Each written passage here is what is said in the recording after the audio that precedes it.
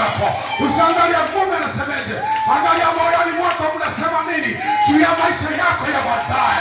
Maana mbinguni umeandika nasema, pamoja na kwamba tumefunga ndoa na mke wangu, lakini siku ya kufa nitakwenda peke yangu kaburini na nitasimama peke yangu mbele za Mungu na kutoa hesabu ya mambo yangu. Hivyo mke wangu hawezi kanirudisha nyuma, nitamwacha Mungu. Mume hawezi kanirudisha nyuma, utamwacha Mungu. Kataa tena, kimbia, sema ninamtaka Yesu, ninamtaka Yesu aliye na uzima wa milele. Mume hana uzima wa milele, mama hana uzima wa milele, baba hana uzima wa milele. Watoto hawana nafasi ya kukuweka, watakujengea nyumba nzuri duniani, lakini mbinguni unaenda jehanamu. Itakufaidia nini? Shikamana na Yesu mama yangu. Shikamana na Yesu ndugu yangu. Shikamana na Yesu, usimwache Yesu. Yeye amesema amekuja kukufarakanisha na watu. Sio kwamba watu wanakuchukia tu, hapana. Ni Yesu amekuja, amesema ameleta upanga. Lazima wasituelewe, lazima dunia isituelewe. Na ni kweli ndivyo hivyo, hatueleweki. Watu wakulialia, tunaonekana hatuna kitu, lakini Mungu ametujaza. Maandiko yanasema alionekana hana kitu, lakini huyo ndio aliyetajirisha ulimwengu. Yesu Kristo, vazi lake limepigiwa kura. Wewe maskini anapigia vazi la kura. Yaani watu wanang'ang'ania, nanunua mimi. Mimi hapana, basi tupige kura. Nitakayemwanukia ndiye atakayenunua. Wanapiga kura. Sasa mimi nitishe wewe kabazi kako wako kamia ngapi? Wakati vazi ya mwanaume niliyempokea nilikuwa na thamani. Huyu Yesu wa thamani, nimemkubali, ameingia ndani yangu. Tukiweka mikono ya wagonjwa, yale hata tukisema tupepo toka linatoka. Alafu unisumbue binadamu, roho isionekana inanitii, unisumbue mwanadamu. Haunisumbui, wakusumbue wachawi wanaotegemea miti wakachimba miti. Mimi miti yangu ninachimba, madao yetu tunachimba kwenye kiti cha enzi. Maana anasema pale kuna mti wa uzima, majani yake na maji yake yanashuka, na sisi ukitusumbua tunaenda kwenye kiti cha uzima. Tunasema Baba, tunaomba jani moja kwenye mti wa uzima, tunashuka nalo. Tukishuka nalo, nataka nikuambia hakuna mchawi wala nani atakaye kuweza. Ita jina la Yesu. Jina la Yesu ni zaidi ya kila kitu. Kuna majina yalikuwepo majina yalitikisa ulimwengu. Ilikuwa ikitamka ile jina wanasema kweli huyu ni mtu hapa duniani, lakini historia yake imekoma. Walikuwepo kuna Kwame Nkrumah, rais wa Ghana. Walikuwepo kina Adolf Hitler, ameua kama milioni 6 wa Israeli.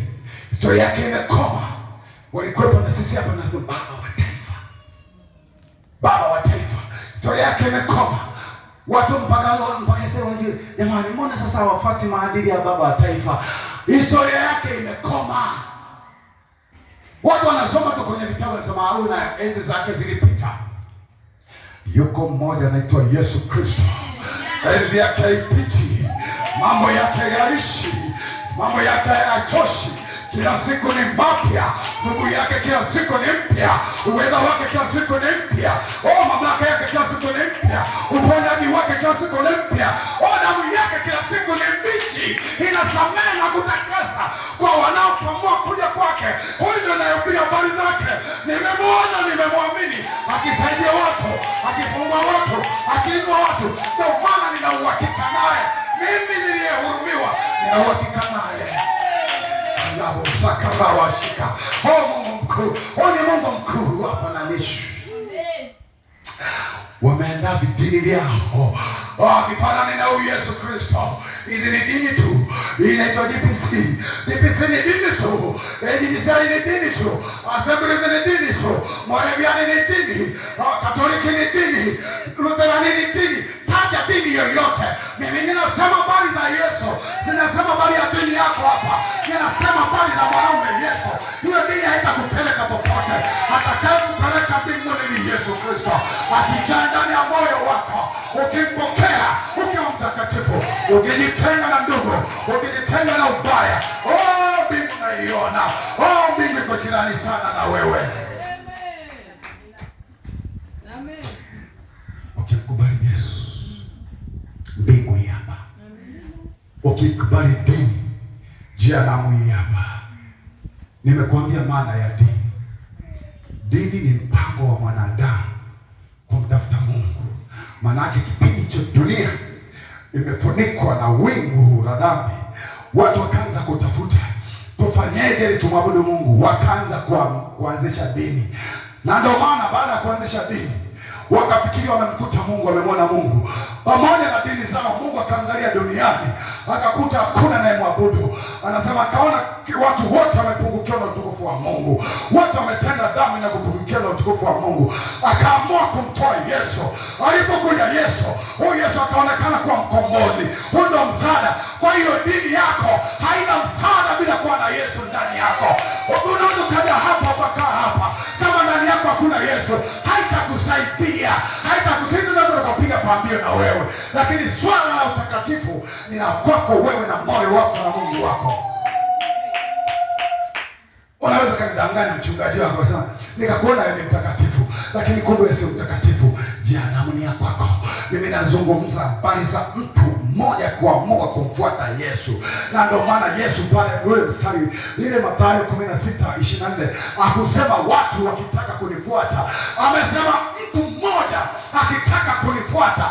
Mtu akitaka kunifuata, hakusema dini kitaka kunifuata, hakusema familia, hakusema ukoo, amesema mtu mmoja akitaka kunifuata na ajikane mwenyewe, ajitwike msalaba wake na anifuate.